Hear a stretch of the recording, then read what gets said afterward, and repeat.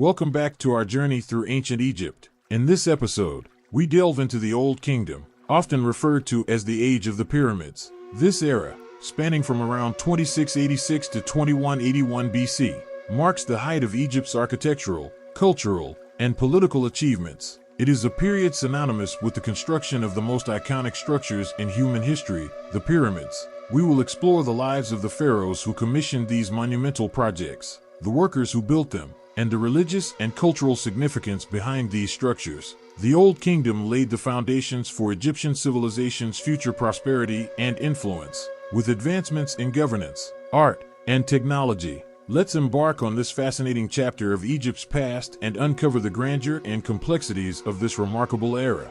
The Old Kingdom began with the Third Dynasty, marked by the reign of Pharaoh Djoser. His reign is most notable for the construction of the Step Pyramid at Saqqara, designed by his vizier and architect, Imhotep. This was the first pyramid built in Egypt and a revolutionary leap in architectural design. The Step Pyramid, originally conceived as a traditional mastaba, evolved into a six-tiered structure reaching 62 meters in height. It served as a prototype for subsequent pyramids and set the precedent for future monumental construction. Djoser's reign also saw the consolidation of central power, the development of a bureaucratic administration, and significant advancements in agricultural practices and trade. Following Djoser's innovative Step Pyramid, the Fourth Dynasty brought further advancements in pyramid construction. Pharaoh Sneferu, the founder of this dynasty, was a prolific builder who constructed three major pyramids: the Mitam Pyramid, the Bent Pyramid, and the Red Pyramid. Each of these structures represented significant advancements in engineering and construction techniques. The Mitam Pyramid began as a step pyramid and was later transformed into a true pyramid by filling in the steps. Although it ultimately collapsed, the Bent Pyramid, with its unique change in angle, showcased the Egyptians' experimentation with architectural forms. Finally, the Red Pyramid, considered the first successful true pyramid, was a precursor to the Great Pyramids of Giza. The Old Kingdom is most famous for its pyramids, the grand tombs of the pharaohs. Pharaoh Sneferu's successors, particularly Pharaoh Khufu, continued this legacy, culminating in the construction of the Great Pyramid at Giza. This pyramid, originally standing at 146.6 meters, remained the tallest man-made structure in the world for over 3,800 years. The sheer scale and precision of these constructions reflect the organizational and technological prowess of ancient Egyptian society.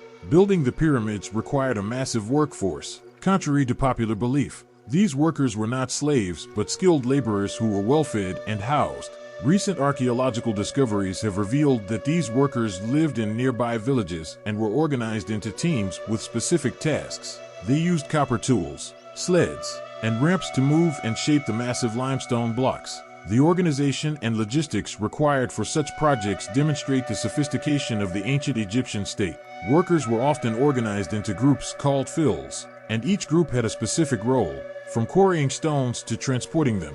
Their efforts were overseen by a network of administrators and foremen who ensured the smooth operation of the entire construction process. Pharaoh Khufu, also known as Cheops, is perhaps the most famous of the Old Kingdom pharaohs due to his association with the Great Pyramid of Giza. His reign, from around 2589 to 2566 BC, is marked by the construction of this colossal structure, which served as his tomb. The Great Pyramid originally stood at 146.6 meters, 481 feet, and was the tallest man-made structure in the world for over 3,800 years. Constructed from approximately 2.3 million limestone blocks, each weighing an average of 2.5 tons. The precision and scale of the Great Pyramid remain a testament to ancient Egyptian engineering and organizational skills. Khufu's pyramid complex included not only the Great Pyramid but also several smaller pyramids for queens, a mortuary temple, and causeways leading to the Nile. The pyramid's internal chambers, including the King's Chamber, Queen's Chamber, and the Grand Gallery, reflect sophisticated architectural planning and astronomical alignment. The exact methods used to construct the pyramid remain a subject of scholarly debate, with theories suggesting a combination of straight and circular ramps, along with advanced knowledge of geometry and astronomy. Khufu's reign also saw the expansion of Egypt's influence through trade and military expeditions. The pharaoh sent expeditions to the Sinai Peninsula to mine copper and turquoise and to Nubia for gold. These resources were vital for the construction projects and the economy. Khufu's reign, although shrouded in mystery and legend, stands as a pinnacle of Old Kingdom achievement and ambition. Building the pyramids required a massive workforce. Contrary to popular belief, these workers were not slaves but skilled laborers who were well-fed and housed. Recent archaeological discoveries have revealed that these workers lived in nearby villages and were organized into teams with specific tasks. They used copper tools, sleds, and ramps to move and shape the massive limestone blocks. The organization and logistics required for such projects demonstrate the sophistication of the ancient Egyptian state. Workers were often organized into groups called Pharaohs, and each group had a specific role, from quarrying stones to transporting them. Their efforts were overseen by a network of administrators and foremen who ensured the smooth operation of the entire construction process. These workers lived in well-organized settlements near the construction sites, which included dormitories, kitchens, bakeries, and breweries. The discovery of these settlements has provided valuable insights into the daily lives of the workers, their diet, and their social organization. The workers were provided with a nutritious diet that included meat, bread, and beer, ensuring they had the strength and energy needed for the physically demanding work.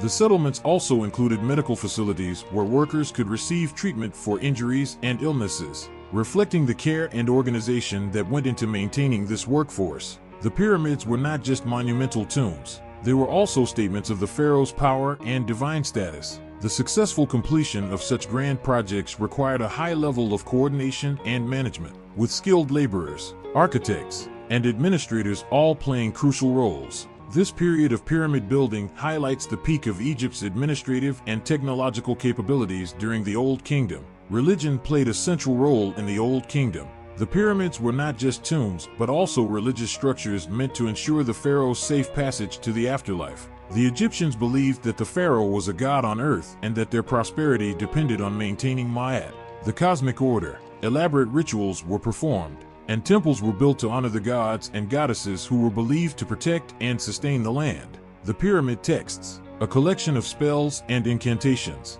were inscribed on the walls of the pyramids to guide the pharaohs in the afterlife. These texts are the oldest known religious writings in the world and provide a detailed account of the Egyptians' beliefs about the afterlife. The religion of the Old Kingdom centered around a pantheon of gods, each associated with specific aspects of life and nature. Ra, the sun god, was one of the most important deities, believed to travel across the sky during the day and the underworld at night. Osiris, the god of the afterlife, and his wife Isis were central figures in Egyptian mythology, symbolizing resurrection and eternal life. The pharaoh was considered the intermediary between the gods and the people, responsible for performing rituals and making offerings to ensure the favor of the gods. Temples dedicated to various deities were constructed throughout Egypt, serving as centers of worship and economic activity. The temple complexes were often elaborate, with courtyards, sanctuaries, and obelisks. Priests and priestesses played a vital role in maintaining the temples and performing daily rituals. The concept of the afterlife was central to Egyptian religion, with elaborate burial practices designed to ensure a safe passage to the next world. Tombs were filled with goods, including food, clothing, and jewelry, that the deceased would need in the afterlife. Despite its grandeur, the Old Kingdom eventually declined. A combination of factors, including climate change, political instability, and economic troubles, led to the fall of this era. The central government's power weakened, and local governors, known as nomarchs, gained more autonomy. This period of decline, known as the First Intermediate Period, saw the fragmentation of Egypt's unity and the loss of the centralized control that had marked the Old Kingdom. However, the legacy of this period lived on through the architectural and cultural achievements that continued to influence subsequent generations. The transition to the First Intermediate Period was marked by droughts and reduced Nile floods, which strained agricultural production and led to famines and social unrest. The decreasing power of the pharaohs allowed regional governors to assert more control over their territories, leading to a breakdown in central authority. The economic strain caused by prolonged periods of low Nile inundation affected the state's ability to support large construction projects and maintain its administrative structure. As a result, the country experienced a period of fragmentation and internal conflict. Despite these challenges, the Old Kingdom left a lasting legacy in Egyptian history. The achievements in architecture, art, and governance set the stage for future developments during the Middle and New Kingdoms.